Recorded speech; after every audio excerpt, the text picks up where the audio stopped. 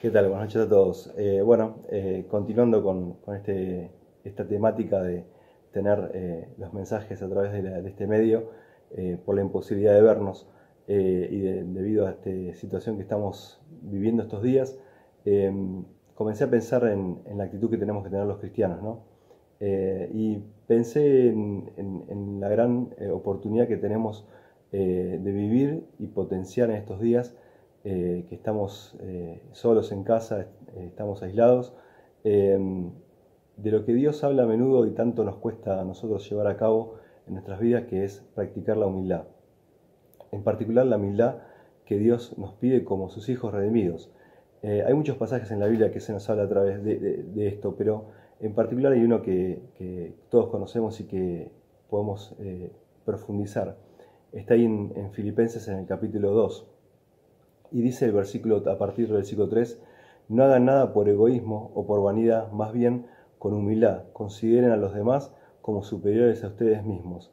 Cada uno debe velar no solo por sus propios intereses, sino también por los intereses de los demás. La actitud de ustedes debe ser como la de Cristo Jesús, quien siendo por naturaleza Dios, no consideró el ser igual a Dios como algo a que aferrarse, sino que de lo contrario se bajó o se quedó por debajo, y dice el versículo 7, quedó por debajo voluntariamente, tomando la naturaleza del siervo y haciéndose semejante a los seres humanos, y al manifestarse como hombre, se humilló a sí mismo y haciéndose obediente hasta la muerte y muerte de cruz. En primer lugar, quisiera que podamos considerar ¿qué es la humildad en el cristiano? En el Nuevo Testamento esta palabra siempre se utiliza en forma positiva, y en este caso en referencia a nuestra mente, y significa literalmente hacer bajar de los montes o collados. Como aclara en el versículo 3, que consideremos a los demás como superiores a nosotros mismos. O como también Pablo les escribe a los romanos, ahí en el capítulo 12, el versículo 3, digo pues por la gracia que me es dada a cada cual que está entre vosotros, que no tenga más alto concepto de sí y que debe tener, sino que piense de sí con cordura, como una actitud que debemos tener. Y esta actitud es la que nos puede marcar. Dios nos pide que seamos humildes y que, entendiendo este concepto de humildad, de bajar, de ponernos al nivel de los demás, ahí es donde vamos a empezar a trabajar o vamos a empezar a ver las cosas de forma diferente. En segundo lugar, esto nos lleva a algo, y quisiera que podamos poner 3 puntos de vista a qué nos lleva esto, a qué nos lleva conocer de la humildad. En primer lugar, nos lleva a considerar a los demás. En Juan capítulo 13, en el versículo 27, Juan el Bautista le está hablando a los discípulos de él, que venían a preguntarle si Jesús era realmente Mesías. Y bueno, Juan les dice que no hay nada que puedan hacer un hombre si no es dado por Dios, sin que Dios se lo conceda. Y si mi hermano está realizando alguna obra destacable, algún servicio que es de honra para el Señor y está siendo de bendición, debo reconocer que Dios está obrando por medio de él, sin crítica, sin oponerme, sin poniéndome yo en el lugar más alto y juzgando, sino buscando que siga siendo de bendición. En 1 Corintios capítulo 3, en el versículo 5 dice, después de todo, ¿quién es Apolos o quién es Pablo? Pablo mismo está escribiendo esto. Nosotros solo somos siervos del Dios mediante los cuales ustedes creyeron la buena noticia. Cada uno de nosotros hizo el trabajo que el Señor nos encargó. Y Pablo les explica perfectamente qué es lo que tenían que hacer y que la obra que estaban haciendo o que ellos habían recibido no era ni de Pablo ni de Apolos, sino que era del mismo Señor, y que ellos eran solamente siervos.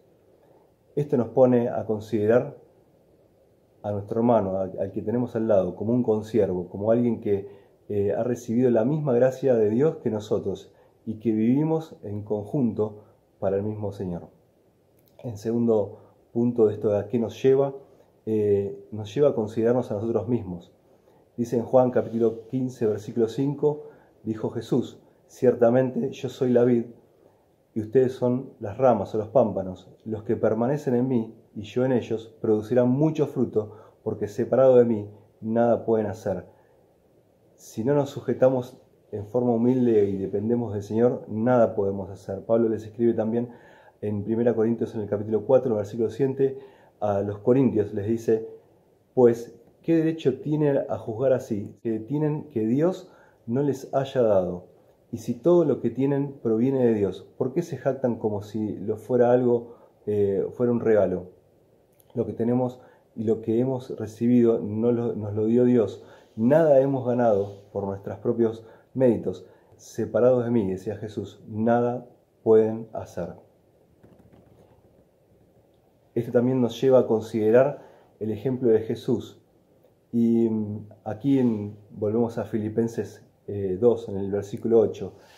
Y al manifestarse como un hombre, Jesús se humilló a sí mismo y se hizo obediente hasta la muerte y muerte de cruz. Jesús es el gran ejemplo en el que descendió de los cielos y en su estado de divinidad se hizo hombre y se hizo obediente hasta la muerte, una muerte dolorosa que existía en ese tiempo, y a la vista de todos, inclusive desprovisto de la humanidad, como dice Isaías en el capítulo 53, en el versículo 3, que fue despreciado y rechazado, que le dimos la espalda y desviamos la mirada, pero este Jesús, que era Dios, y como continúa el versículo 5, fue traspasado por nuestras rebeliones y aplastado por nuestros pecados, fue golpeado para que nosotros estuviésemos en paz, fue azotado para que pudiésemos ser sanados. Este mismo Jesús, a quien nosotros nos referimos y que nos da su ejemplo, fue aquel que fue oprimido y fue tratado con crueldad y sin embargo no dio ni una sola palabra. Como cordero fue llevado al matadero y como oveja en silencio ante sus trasquiladores, no abrió su boca.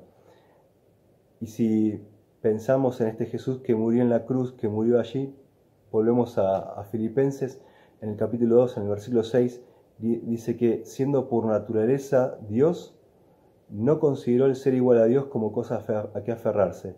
Por el contrario, se rebajó voluntariamente.